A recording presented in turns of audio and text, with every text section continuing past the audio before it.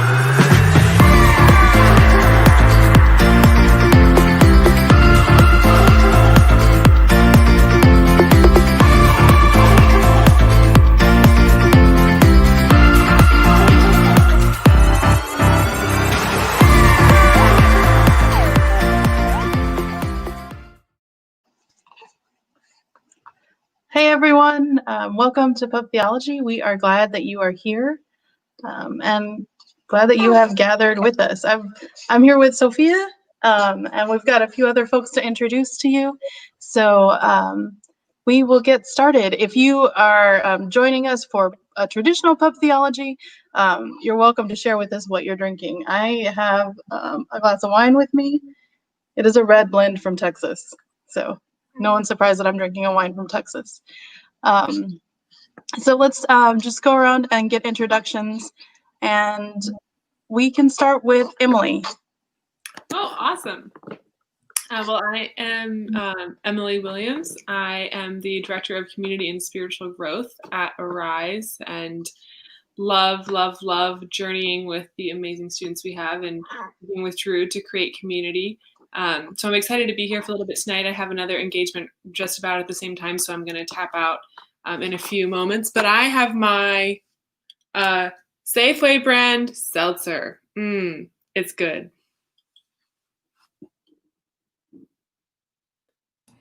Maybe Drew or Abby? Who's the next on my screen?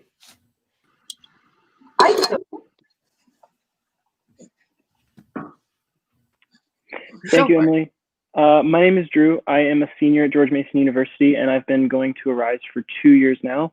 Very serendipitously saw a poster for it my sophomore year of university and decided to go to a Bible study in a life group. And here we are 2 years later.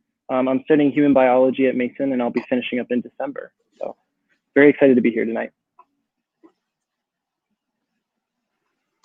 Hi everyone, my name is Abby. I am also a senior. I am studying social justice and human rights and also nonprofit management. Really quickly about how I got involved with Arise. It's actually really interesting. I kind of just fell into Arise. I found Drew's name on accident. I was looking at George Mason's Out and Ally list, which is basically a list of professors, staff members who are LGBT allies or out. And I found Drew's name as an ally, the only Christian campus ministry that was on there, and I just kind of reached out and I was like, is Arise a thing? Are you all still around? Can we get connected? And the rest is history, and I'm very happy to be here and talk to you all. Hello everyone, my name is Nahum. I am a senior at George Mason University. I am pursuing my bachelor's in economics. Right now I'm drinking a bottle of water, brand name to be left out until I get an endorsement deal, that is. But I got started with Arise, I think back in 2017. One of my friends brought me into one of the meetings that y'all were having.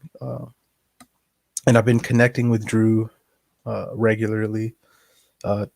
Took some time off, but came back. One of the favorite things I've been able to talk with Drew about is our love of movies. So we've seen a couple of movies together. That's one of my most lasting memories that I have.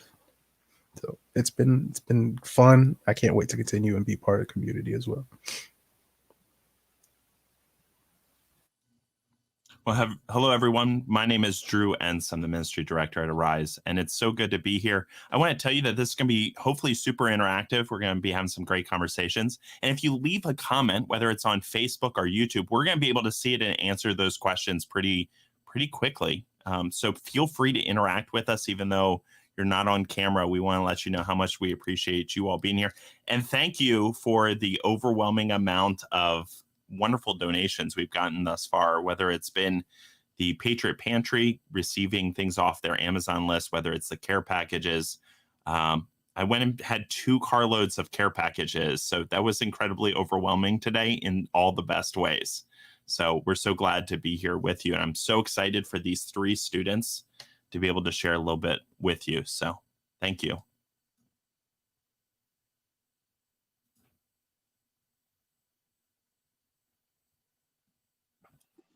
I tried to unmute myself and I ended up turning my camera off, but I am here. So Sophia is drinking formula, if anybody was wondering what she was drinking, but she's joining with us. So we wanted to get started by just talking with our students and learning a little bit about what life is like as a college student during the pandemic. You can share just a brief bit about what you're doing, what the changes have been, and how you've adapted. Yeah. Just jump in.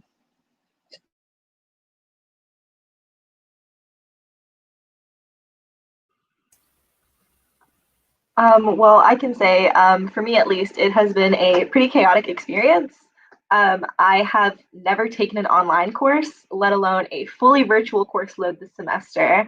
So it's been a very interesting transition for me.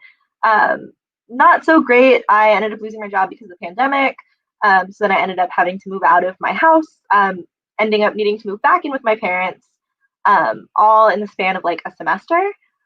So now I'm kind of in what I call like almost the middle of nowhere, kind of a rural or part of Virginia. And yeah, so I've definitely had a very interesting transition and experience with COVID in school. A little bit about my experiences. So going back from the spring semester when COVID really hit, and, halfway through a class, going from, twice a week in person to completely online, that was an interesting transition. I was also I'm still working at the time, current position, but hours were reduced. Decided not to take a class during the summer as everything was still online. And then when I was registering for the fall semester, the classes that I wanted to take didn't have a fully online option. So I'm still going to campus to take my class. It's an interesting experience being on the campus, remembering how, the Johnson Center was full, all the food courts were open, being able to go into different stores, and now walking in there, it's a complete ghost town. You rarely see anybody.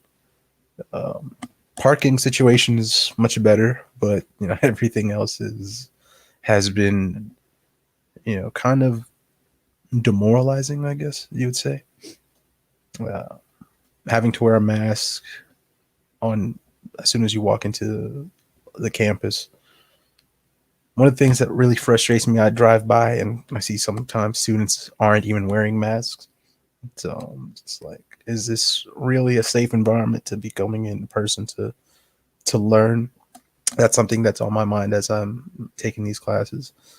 But yeah, the transition has been pretty tough, but it's in one of those situations where I don't really know what to do except just keep moving forward. So I haven't really had the chance to kind of stop and sit back and absorb everything that's happened, but that's just been my experience.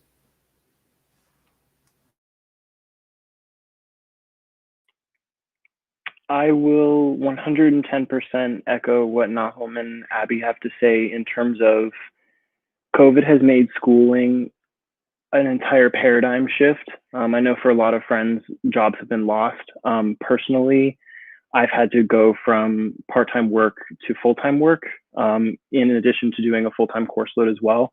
and moving to a new state in the middle of all of it. So it's without a doubt been the most challenging semester of university personally.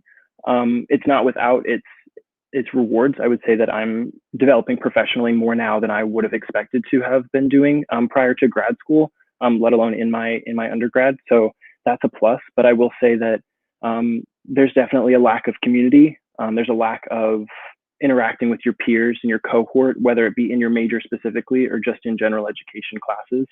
And as a student athlete, it's hard to go from training 7 days a week with a team full of people that love you and support you to just working out by yourself. I know that seems like trivial at this point in time, but it's definitely been a personal struggle. So I would say that through organizations such as Arise, where we're still able to sit and speak to other people, whether or not it's through Zoom or a FaceTime call with one of the ministers, Emily or Drew, this is one of the only times in my week where I'm able to see people besides the workplace environment. But it's nice to have that nostalgia of touching base back with people from GMU and seeing how they're doing. And I'm excited for a time when we're not in this form of a lockdown and we can get back together and have coffee or do board games in the JC again. I think that that's something that I'm looking forward to personally. So bittersweet experience. I'd say that a lot of it is bitter, but there are some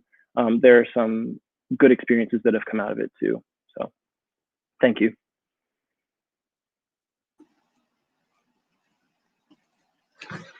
Thanks, everyone. You highlighted a few different things, but one of the things that I heard clearly was the difference in community and how that's impacted you.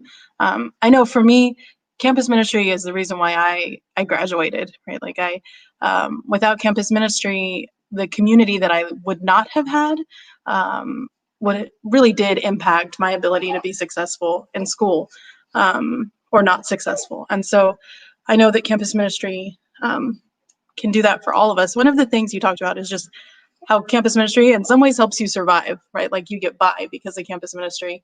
I know for me as a student, there were times when I was really trying to figure out really where my next meal was coming from. It wasn't all the time, it was more occasional, but the situation would come up where I would be down to like no money left on my card to get food on campus. And now that there's not really food available on campus, I can just imagine the struggles that students are facing. So St. Matthews came up with this plan on ways to assist students. And one of the big ways that we're doing that is through these food things. So we did the Patriot Pantry, and we're doing the care packages, which Drew said he had 2 carloads, but there are more coming. So there's at least a 3rd carload. And so can you share just a little bit about what it's like surviving on a college student budget or lack thereof? And you can share a personal story, or you can share some anecdotal stuff, and I'll kind of step in at some point and share some stories of my own. So let's go ahead and get started. You can just jump in.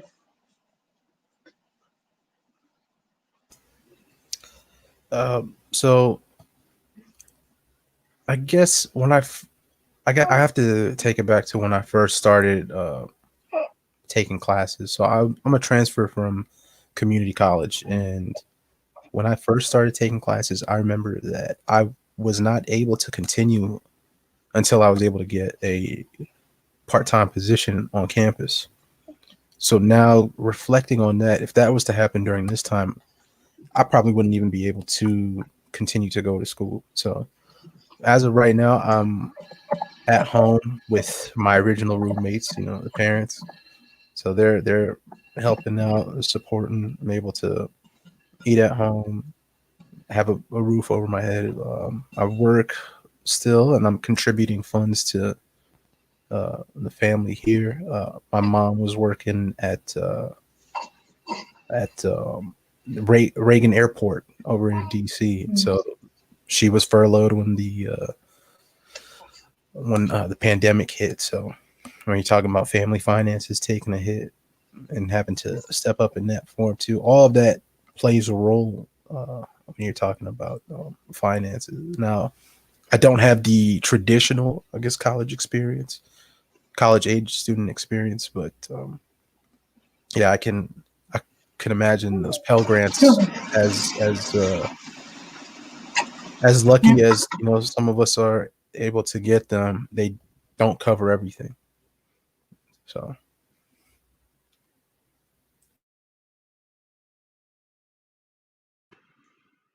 I could speak a little bit too on surviving on a college budget.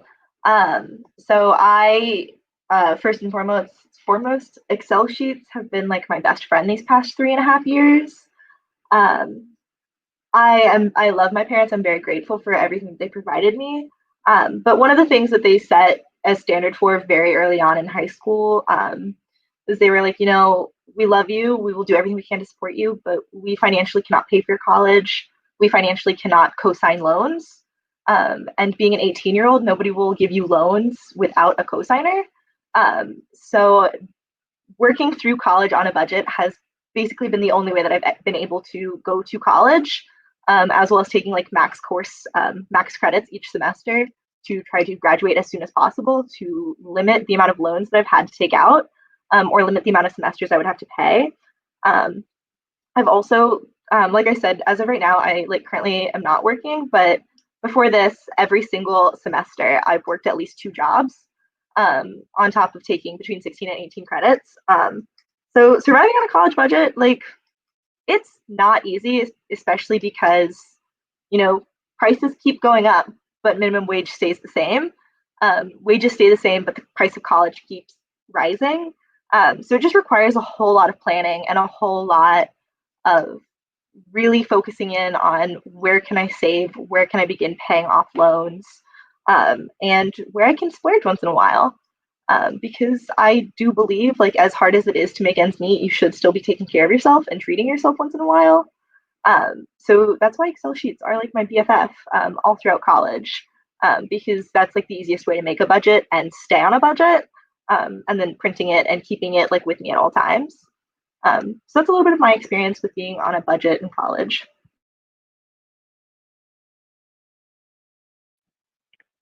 I will say that the spreadsheet is such an accurate statement, Abby, because my every dollar that I spend is going down into a spreadsheet, and I look forward to the day when I don't have to do that. And I think that's why we work so hard in colleges, so that we don't have to worry about it when we get that final end job, that dream job, if you will. Anecdotally speaking, one of my best friends who I worked with in my last job, she decided not to leave DC because she didn't have a familial connection where she had a cushion to stay with. So she is still working at the gym that we worked at and managing. And I think she's pulling 60 or 70 hours a week, in addition to doing honors psychology work and a full-time course load. And I look at her with awe, because I don't think that I could pull that off right now, especially with the fear and anxiety of working in a public gym while also dealing with a pandemic.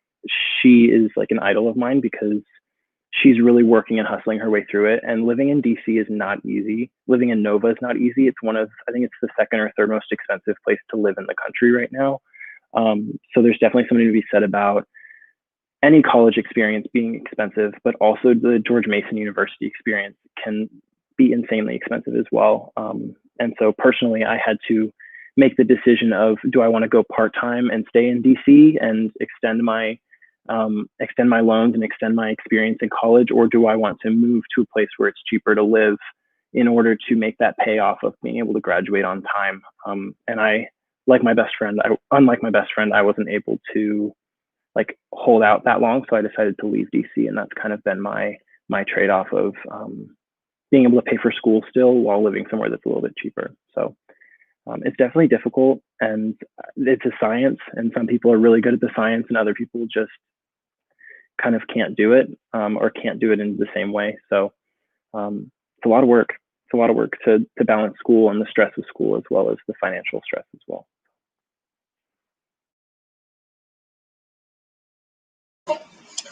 Yeah, I think that stress is a good point to bring up too.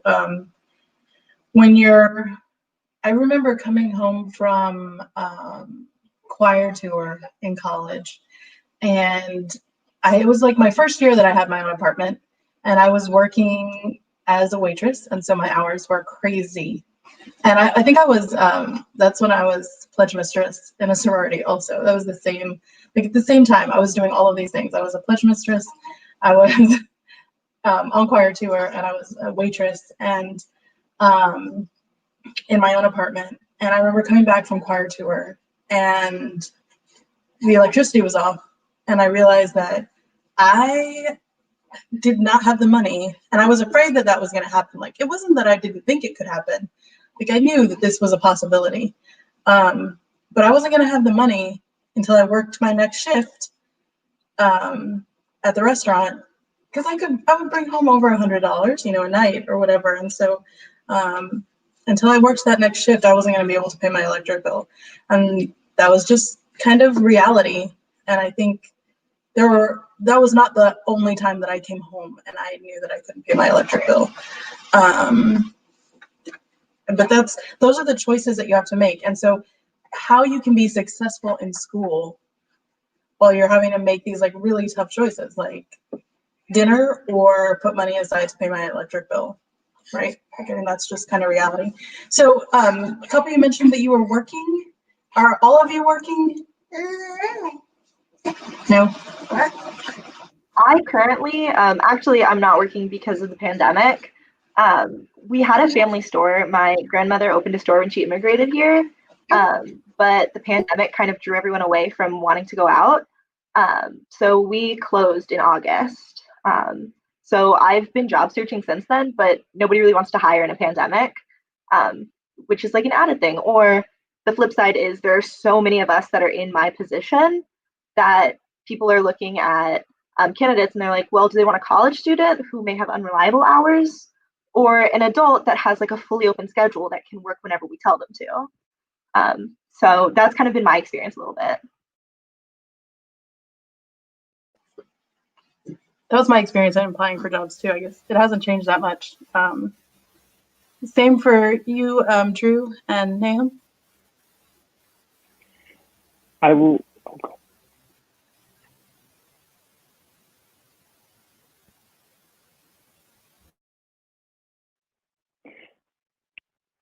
Okay, sorry. I'll go. I will say I think I have the exact opposite experience. My chosen field is healthcare. So right now there's a lot of jobs in entry-level healthcare fields and different positions. And so very rapidly, when I decided to move to Ohio, I applied to a 1,000-bed hospital, and I've been working in the lab this whole time. Most recently this month, I've decided to shift up to full time because there was an opening for me, and honestly, it's the only way to kind of survive at this point. So I've been lucky in the fact that my field is booming right now. It's a little dangerous, but at the same time, it's what I've chosen to do. So yeah, I've been going towards the full time end of the spectrum.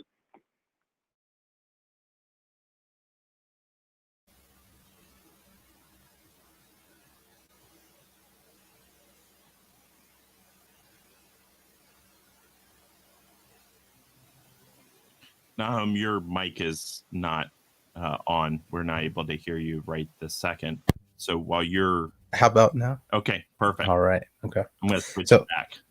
All right, perfect. So I've been working reduced hours. However, it wasn't reduced enough to be able to participate in some of the CARES Act opportunities that were happening throughout that time. So, but I was still lucky enough to be able to have a job that was able to be transitioned to remote. One of the few part-time workers in my organization that was still kept on. So even still, though, it's allowing me to focus on school. I'm not a full-time student, by the way, but it allows me to be able to take the classes that that I've signed up for. So it's it's been a pretty rough transition to, especially being able to just come in and see your coworkers and communicate with them on a regular basis. Just having everything being on Zoom and emails and Google Voice. If I didn't have my family, I probably would have to, move and try to find a full-time job, which, like Abby said, is difficult during this time, being either underqualified or overcommitted in other aspects. So it's pretty challenging. I think the other thing that's really difficult is all of our graduates who have graduated, had job offers. Basically, they were trying to finalize the final, crossing the T's, dotting the I's, going to the career fairs in March. And then all of a sudden, everything shut down almost at the worst time for them. And we had a number of students, Arise, for the most part, at that moment, we had to help find housing for people. We had to help make needs, ends meet for people who were trying to figure out how to get a refund from their dining halls, their dining plan and their residence halls. And at the same time, trying to figure out what it means now that their student loans were going to come due, that they were looking forward to their jobs, and their dreams and everything were just taken away almost overnight. And so to be able to offer community in that space as well was really difficult. Luckily, thanks to the generosity of lots of people, we were able to keep going. But yeah, it was a lot. Yeah, and on top of that, they raised tuition this year. Mm-hmm. So I think Mason was the only institution to increase its tuition in the state of Virginia, where some schools lowered tuition or kept it the same. So that was an added financial challenge to the semester for me.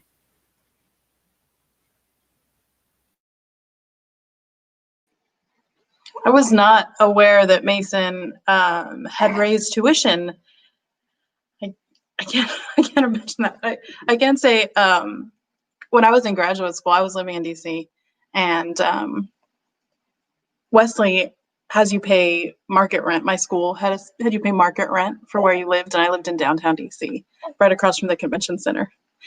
So my rent was crazy high, even though I had a full ride in terms of tuition, right? Like my rent was, I had to take out major student loans for my rent. And see, you're at the screen. And so trying to figure out how to come up with those funds and survive, I'm just relating to a lot of what y'all have said. I've been there, I've lived that. I remember feeling like Drew, right? Like, when does this end exactly? When do you not count every dollar? Some days you do, some days you don't. You're still paying student loans, right? So my husband with a master's as well, and myself, we will be in debt for a while. So tell me a little bit about what how these things help, the stuff that we've done, what the Patriot Pantry does, if you know anything about the clothing closet, or care packages. What difference does that make in a student's life, or in your life personally, either way?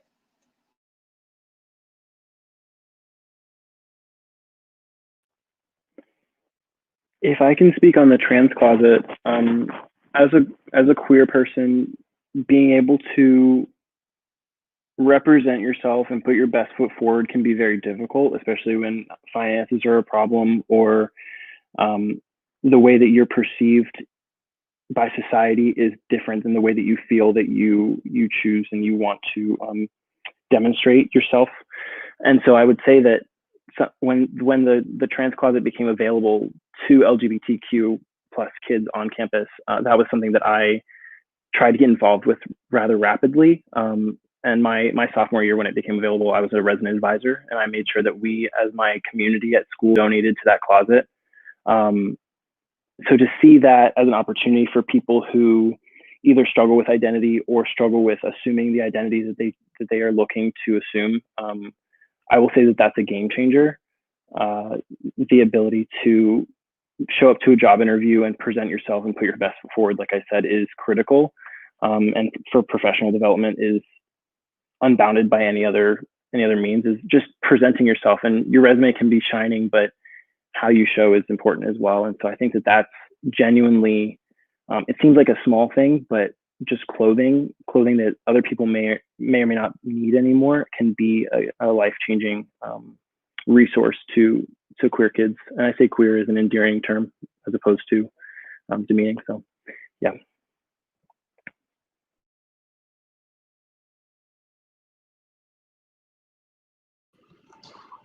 Thank you for starting off with talking about the trans closet. I've done a lot of work with it personally through one of the jobs I used to have.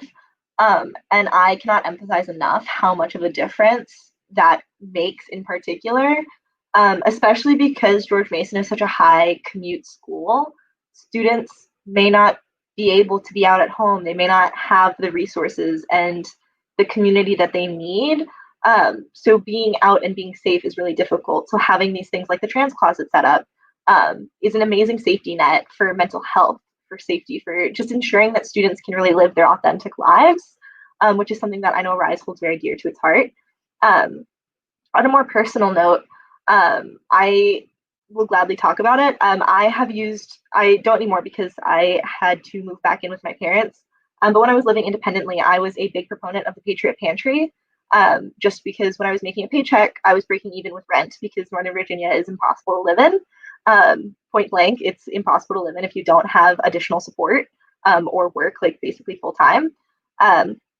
So I definitely can speak to that. Has definitely been one of the reasons that I've been able to eat sometimes, just because they let you take up to like 25 pounds of food every week, which is enough to really sustain pretty much everything I needed.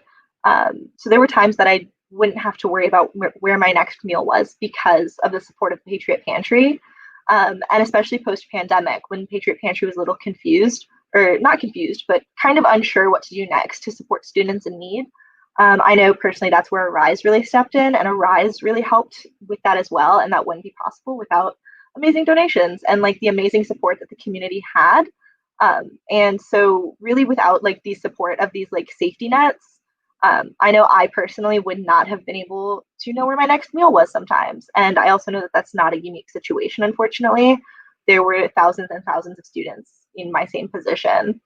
So that's a little bit about my experience.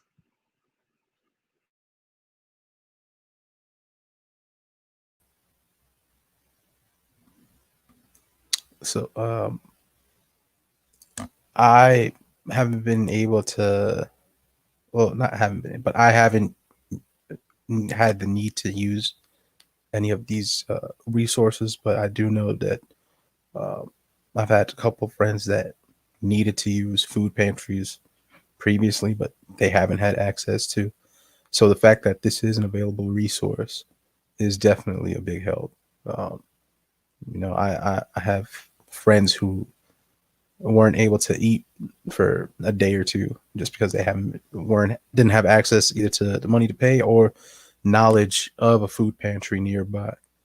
So I'm glad that this is something that's available now that students can access.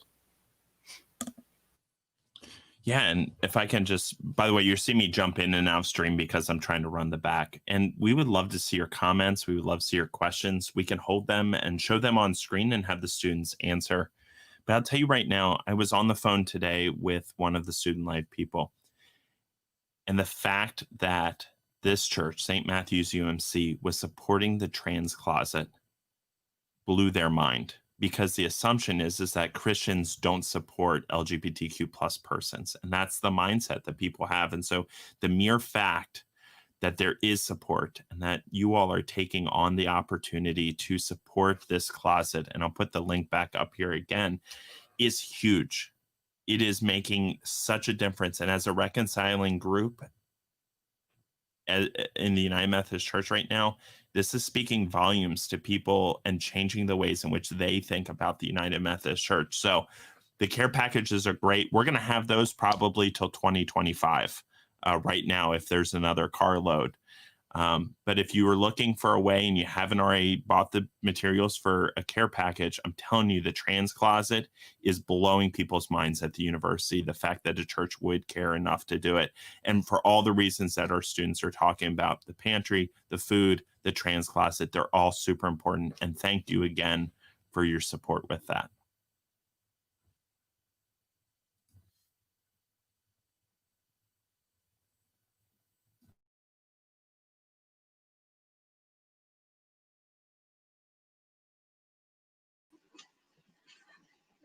Drew, can you hop back on and share a little bit about a commuter school and what makes George Mason a commuter school, how that affects students differently, what the impacts are versus kind of what we think of as a traditional college experience? I went to a commuter school too, so I understood that, but some folks may not have. The fact that only 8,000 students live on George Mason's campus, and the other 24,000 all come from different areas. They are just a part of community school. And sorry, Nikki, I missed your comment in our private chat. So that's my bad. The big thing is that students are coming in. There's not the same sense of community. There's not the same sense of support, I would say. And Mason's trying to change that slowly. But they're trying their very best. But what that means is that students are they're living at home, or they're living in rentals. And we all know that Northern Virginia rentals are incredibly high. We also know that students they didn't have information about what the spring semester would bring before they had to kind of put down whether or not they were going to move back to campus or not. And so we have students like Drew Smith who are living in Ohio taking classes, but we have some students that moved back to Northern Virginia just in case things opened up, and they're paying these rent prices that are just astronomical as well. And again, because it's a commuter school, because there's not maybe the infrastructure to support these students and building community, it can be really isolating, and it can just be really difficult. It's hard for us to get these large groups together. That's why Arise does small group ministry primarily. And so it just makes everything a little bit more challenging when trying to organize, when trying to offer support, when trying to build community, just because Mason is such a commuter school. And that's not necessarily a bad thing. It's just more challenging in those aspects.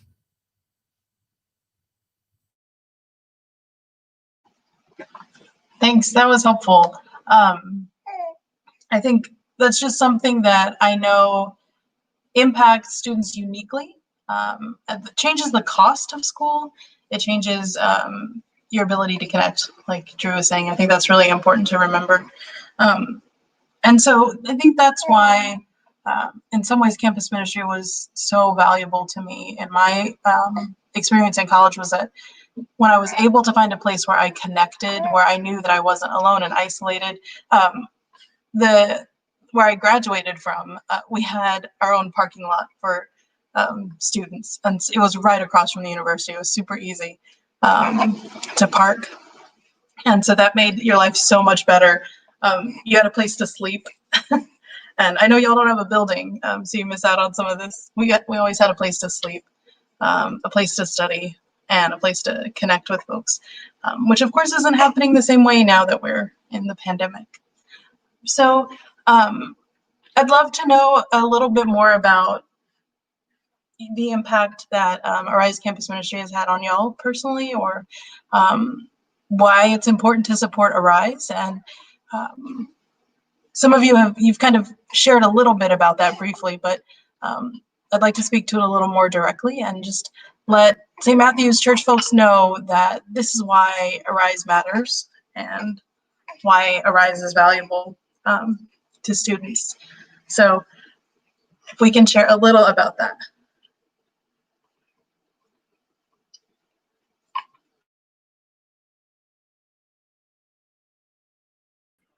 I could absolutely talk for days about the impact that Arise has had on me. I've already talked a little bit already about how they've been so impactful, like financially, to help me figure out how to afford life once the pandemic hit. But it has been like monumental personally as well. Prior to finding Arise, I was not necessarily in the most inclusive church space, which definitely made it hard for me to feel like accepted and welcome and like I have a community at Mason. And prior to that, I wasn't really religious. Me and my family are humbly what are called like the Easter people. So growing up, we would go to church on Easter and Christmas Eve, and that was about it. There was never really a conversation about religion or like the importance of religion and faith has.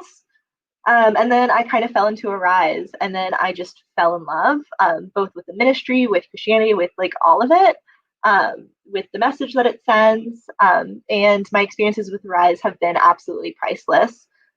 One of the biggest things for me was a little over a year ago, I got baptized, and Drew and Emily both partook in baptizing me through Arise in like the top floor of the Johnson Center, where we used to have community nights pre-pandemic.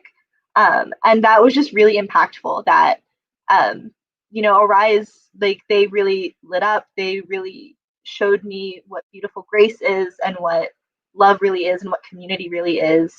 And now I'm incredibly involved with Arise. If there's anything that I can do, I want to be there. And then also, like more personally, Arise has also, like I said, it's just shown me what healthy Christianity is, what healthy faith, what healthy community is.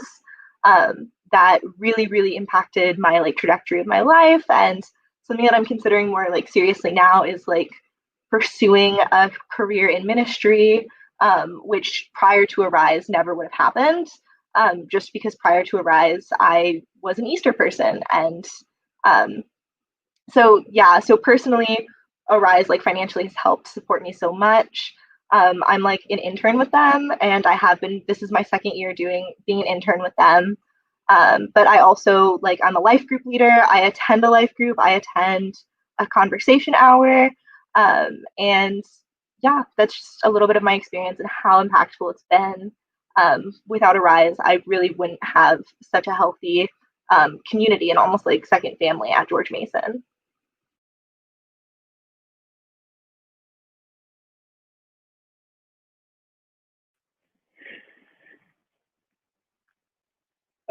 I almost struggle with this question because I have so many things that I would want to say, and I feel like there's only so much time to say it. I want to shadow what Abby said is I could talk for days about Arise.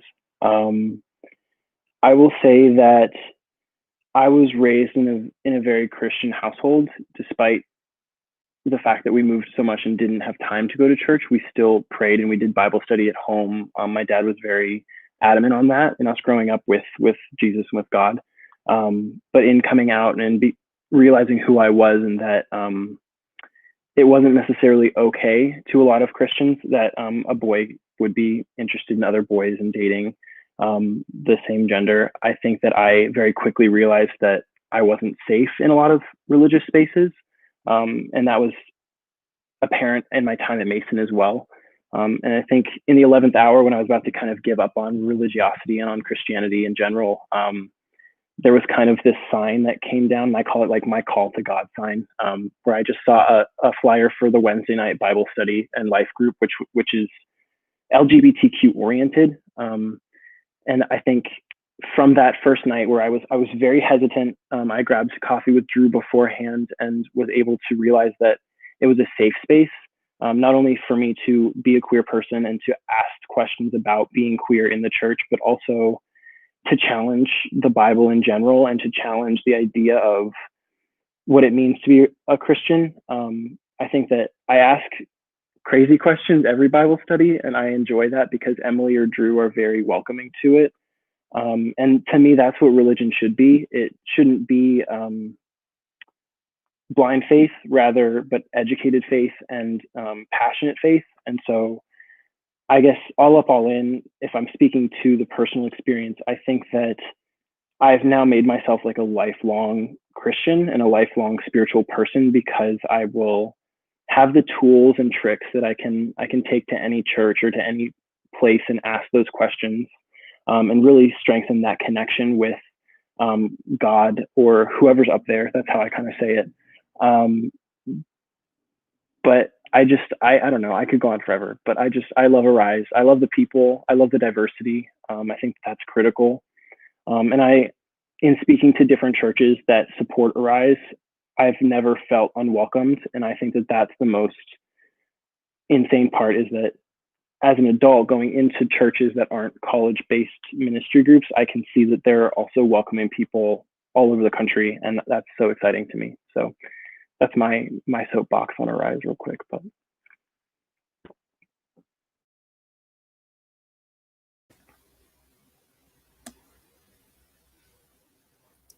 So, as a commuter student, it's very easy to be detached from university life, right? And so, I had one of my really good friends who was a part of Arise. His name was Jeff. He brought me in one day. Actually, no, we went to the I forget, it's a restaurant right across from Mason, and we were drinking beers. I know Drew remembers. We had nice brews, good food. We were chilling, talking, and I'm just like, man, I can't believe that this guy is a pastor and he's out here popping a couple of drinks right here with me. I thought this was the most casual, most insane meeting I've ever been to. By immediately, I was just like, yo, this is so dope. So kept coming back. And the fact that this is, I believe it's the only affirming campus ministry at Mason, right? So yeah, it's great to be part of that community. It's just something that never really sat right with me, just the open discrimination that other churches would partake in. And sometimes it's just downright degradation of people. They're just open, right? And one of our past life group sessions, we were talking about how some of the loudest and sometimes ignorant voices are the ones that kind of reflect what the big quote unquote church is about, right? But to find this community, kind of out of the blue, I was just like, okay, this is something that I want to align myself with, right? So I couldn't be happier to be a part of this community. Constant, checking up on communication, as well as just a group of people that are honest and open and living their true lives, right? And so that has honestly been one of the best things about being a part of Arise. I think I've been a better person because of Arise. I've been a better student, and I can't wait to just continue and see what the future holds of being part of this campus ministry. Even hopefully after I graduate, y'all will still have me back. But yeah, this has been one of the dopest experiences. Well, you all are too kind. And I think the cool thing about Arise is that each person has added something to it.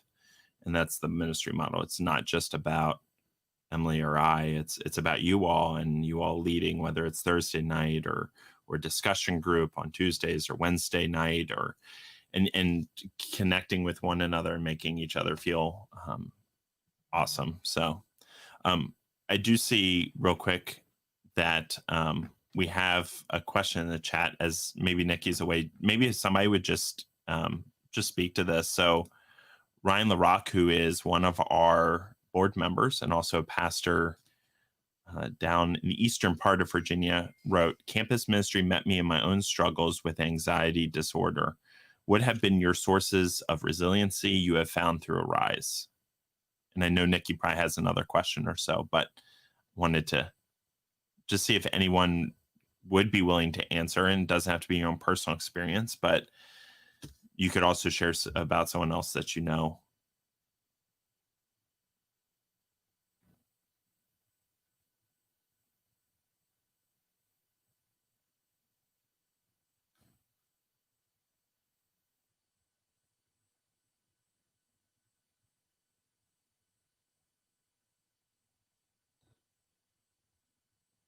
as you all are thinking. I think one thing for me, as far as resiliency, is seeing the hurt that so many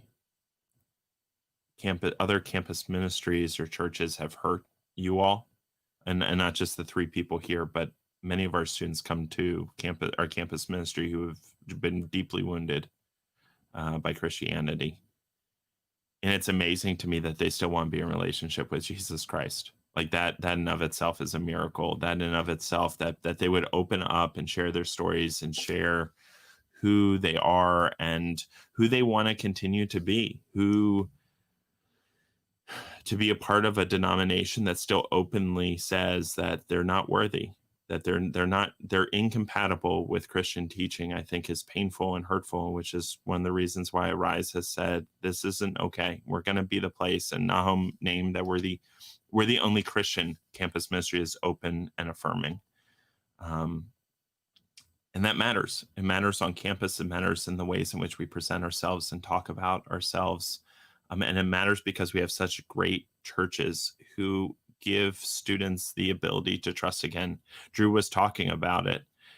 We call Drew the cooler Drew, by the way. The cooler Drew was saying that it's not just here. It's not just campus ministry. It's not just a program that's designed for young adults, but that there's hope, that there's a place like St. Matthews, no matter where you go, that is open and affirming and loving and kind, and says that they're really going to stand against evil, oppression, and injustice in whatever forms they present themselves, even when that means that is a form of Christianity.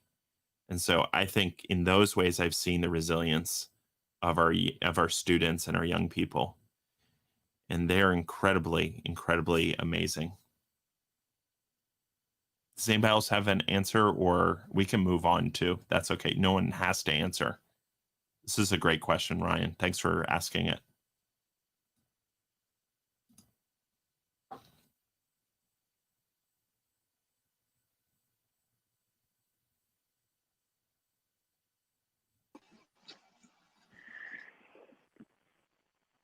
I'll take a stab at it.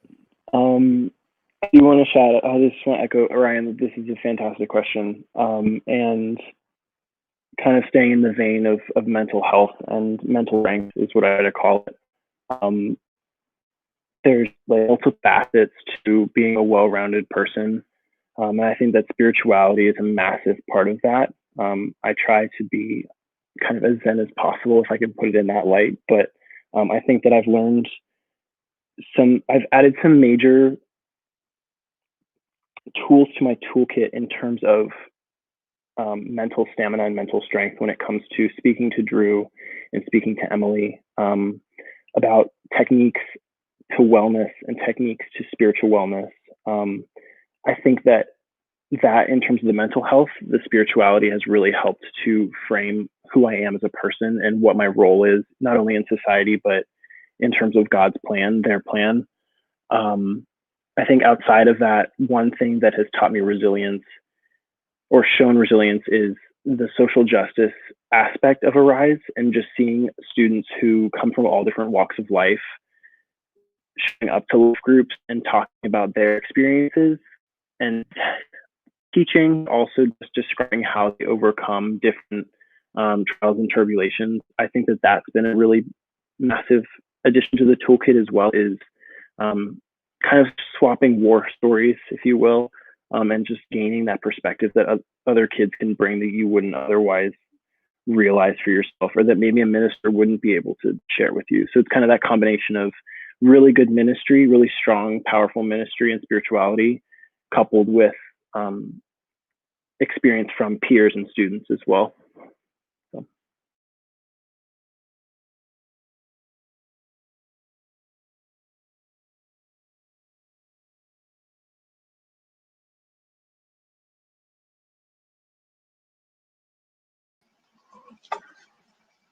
So I'll jump in a little bit here.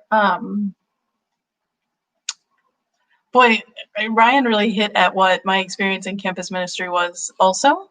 I was actually a campus minister serving at University of Texas San Antonio and then moved home with my parents and participated in campus ministry at University of Texas Pan American, and that's where I found my real home. And I was at that time I was an older student and really didn't find a place where I fit in until I found that campus ministry. And this was after having been at a very traditional university setting and being a sorority girl and not succeeding in school. And in many ways, campus ministry healed me. That's how I would talk about it. Like, I knew I wanted to go into pastoral ministry. I knew I wanted to be a clergy person. And I'd known that since I was pretty young. And I could not figure out what was keeping me from getting there. And it was painful to feel so unsuccessful. And it wasn't until I found a community that lifted me up and supported me and loved me as I was, that joy was just the only way that I was able to be successful. And so, and there's still the people that I connected with there at that campus ministry are people that I love dearly and my best friends still. So I know that there is something powerful that happens with campus ministry, in the community, in the connection, in the healing, and in what it does to your spirit to help you move forward. My last question isn't campus ministry related, but because it is voting day eve, final voting day eve, I'm just curious, what are things that are valuable or important to college students right now in terms of policies or things that are impacting the election? What values do you value in terms of the next direction for our country?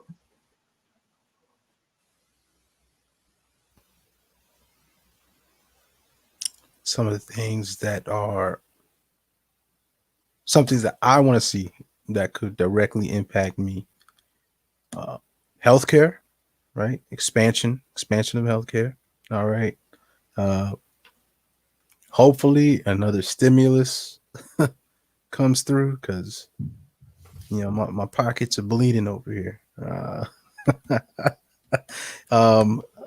Another thing that's very, very important to me is addressing the rise of white supremacy in politics and how it just seems like it's just being openly accepted by the right.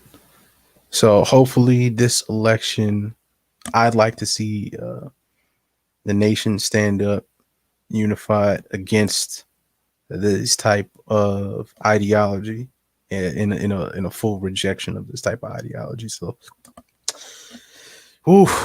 we hopefully tomorrow this time we find out if that's the case. I'm optimistic of it. However, I don't know. I don't want to seem defeatist, but I'm prepared to live with the opposite if that happens. So.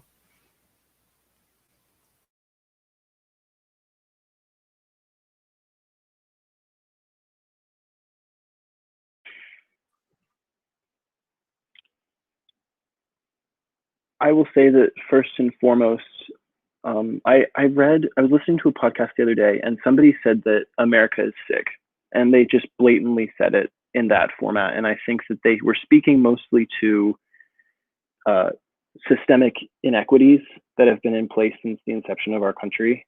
I'm not a political science person. I'm not educated to the extent of other people in this space, but I will say that in terms of the healthcare, we are a sick country in that we don't invest any of our effort in preventative medicine. And so I think that something that I, as somebody who is trying to go into wellness and healthcare, is I'm looking towards the investment in our national well-being, whether it's individual healthcare or environmental health as well. I think that's my number one is where's our climate going to look to in the next 4 years, and who is going to sit in the seat that's going to make that change possible.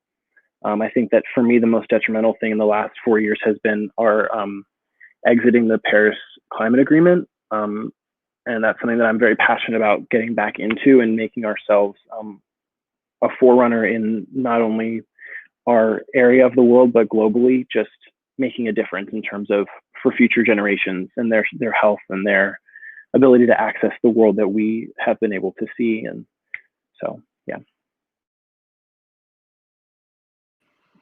Well, first, I have to say, I think this is a phenomenal question.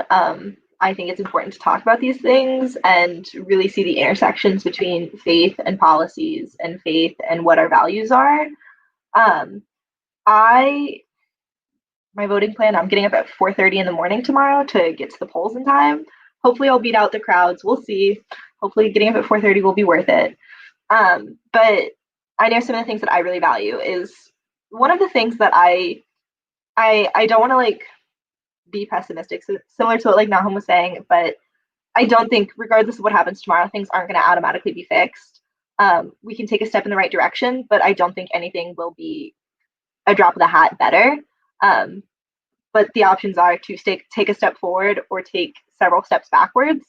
And with that, like some of the values that I really hold closely as a college student, and like as an aunt to like young children and as a mentor to young children is I really want to see integrity like be important again, and really have somebody that I don't think that we should be idolizing politicians. I think we should be holding them accountable, but at the same time, I want somebody that my nieces and nephews can look up to, somebody that they can look to as an example of what a strong leader is, of what an empathetic leader is, of what like a kind leader is, of someone who roots for the underdog, which I think is incredibly important, especially as a low-income queer college student who's about to graduate with massive amounts of debt. I too want somebody who is empathetic. I want somebody who is a game changer. I want somebody with integrity, someone that I can really look at and see, are they going to insult someone today, or are they going to be fighting for the underdog? Are they going to be rooting for white supremacists, or are they going to be really pushing them down into the ground and saying, no, this does not have a home here in America. America is a melting pot of people of any creed, of any orientation, of any identity, and nobody should have to be afraid to be who they are. In a country that claims to be a melting pot, in a country that claims to be for everyone. So that's what I'm really looking for in a leader. I can definitely attest to there are a bunch of college students that I know of that have been very revved up, very involved in politics this year in particular. That's why this year alone in early votes, we have already surpassed the amount of people who have voted since 2016, just in early votes. Tomorrow is the last day of the election. We've already already made record numbers. Students in Texas are leading the pack. Young age children, or not young age children, but young adults are leading the way. And I think that we're finally starting to rise up and say, wait, this is our future. This is something that we need to care about now. This isn't something we can ignore. And I think that we're actually taking it seriously for at least the first time in my young adult experience. I voted in 2016 and I'm able to vote again in 2020. And I've seen a huge difference in young people being powered up and young people being very passionate about what the future looks like.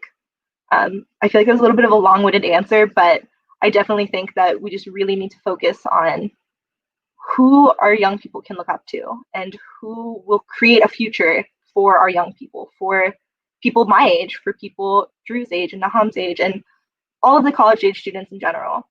But yeah. Well, I just want to point out, Nikki. Thank y'all so much. Yeah, not our age. No one, not our age, just their Young age. people are going to be the change in the world. No offense to Nikki and Drew and all of the other grown-ups. Now I want to know how old you think we are, but before we do that, I'm I just want to older say the than one thing. The one thing I would just name really quick is the fact that what I'm hearing over and over from young people is that they want to see action. They want to see not just words. And that's from both sides. is, what are you going to do for us? Are you going to act? And I think that's the call for our church as well. Are you going to act, or are we going to be okay with just posting on social media and talking a good game of calling for prayers and fasting and thoughts when, something bad happens? But are we actually going to act? Are we actually going to be present and influence our world? Thanks, everyone. Especially thanks for highlighting healthcare. We could spend an entire pub theology talking about healthcare and college students, right? I lost my healthcare when Wesley, my seminary, got rid of the healthcare plan for students. And I was too old to still be on my parents' plan. I was only like 27. It's not like I was that old, but I was just over that age to still be on my parents' plan.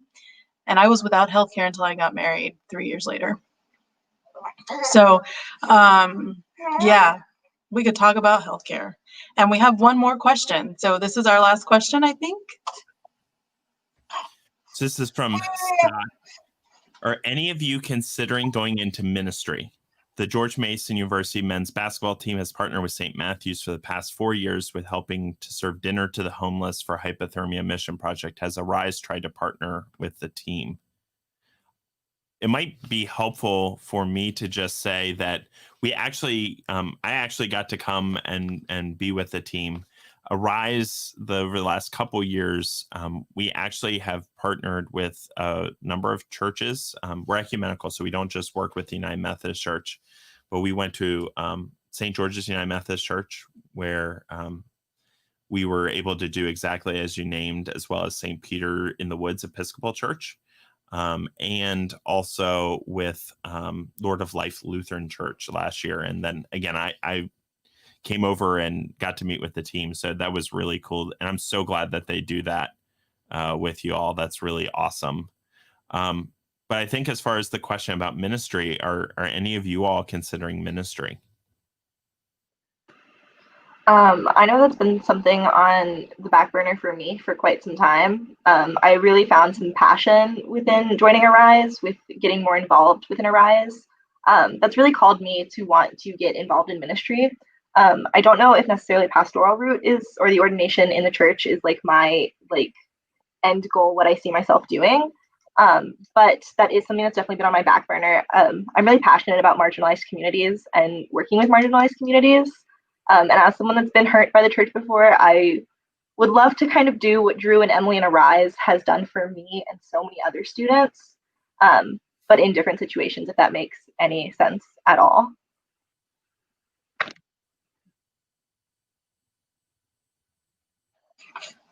And another pub theology could be with Drew and a few other folks. We could share about how we've seen how campus ministry really does make faithful disciples. I think about kind of my cohort in campus ministry from UTPA, and that group of folks, almost all of us are connected to the church in some way. We're not necessarily clergy, but we're working with the church in some way. It's kind of amazing to look at all the work that we're doing and how we're serving the world and our communities. And that's because of the impact of campus ministry. I should also confess that my dad was the campus minister, but that's another part of it. So I'm partial to campus ministry. Abby has a deacon's heart. How cute. Yes. Thanks, Scott. Scott has just started his journey to become clergy, and so he has just started that. And Scott's also a ref, and so that's why he can tell you a little bit about GMU basketball and the NBA, which is lots of cool, fun stuff. He can tell you about the Wizards. He told me a bunch of Spurs facts, so fun stuff with Scott. Thanks, Scott. So remember tomorrow to vote. Can we see? I didn't dress her up for Halloween, but she has an outfit for tonight. So please remember to go out and vote if you haven't already. Make a plan and have a plan. Whichever way you're voting, it's important to be out and vote. We're so thankful for the students that have gathered with us and for this campus ministry that is doing so much great work for George Mason and for our community. Drew or anyone, could you close us in prayer? Drew Smith, she just asked you. No, I'm just kidding. I'm happy to do it. So that's the advantage of having two Drews. We can do that. I just want to say again, thank you to everyone. If you want to find out more about Arise GMU, you can go to Rise GMU on Facebook or Instagram. And of course, if you want to support these college students in our ministry, it's been very difficult to get out and do church visits. And so this is kind of one of those opportunities that we've had. You can go to www.arisegmu.org. There's a donate button if you like to financially contribute, which many people from St. Matthews have. But also there's other ways to contact us to be able to help volunteer or connect, the GMU basketball team or the San Antonio Spurs. It would be great if we got the San Antonio Spurs and not Nikki. So Scott, if you can make that happen, I would deeply appreciate it.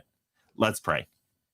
Gracious God, we thank you so much for this evening. We thank you for this opportunity to just be able to hear these stories. I think stories are just ways in which we get to learn a little bit more about you, God. And I thank you for Nahum and Abby and Drew and Nikki and the ways in which they've shared their stories and the ways in which you've worked in their lives. God, I ask right now that you would bless the recipients of the pantry donations or the meal bags, the care packages, as well as the trans closet. I ask that you would just help them to know your great love and St. Matthew's great love for them as well. I ask to be with students as they continue to build resiliency, as they continue to work through another semester in the midst of this pandemic, and be with us all as we try to just love people around us and stand up for justice each and every day. God, we pray all this in your precious Son's name. Amen. Amen. Thanks again, everyone. So good to see you.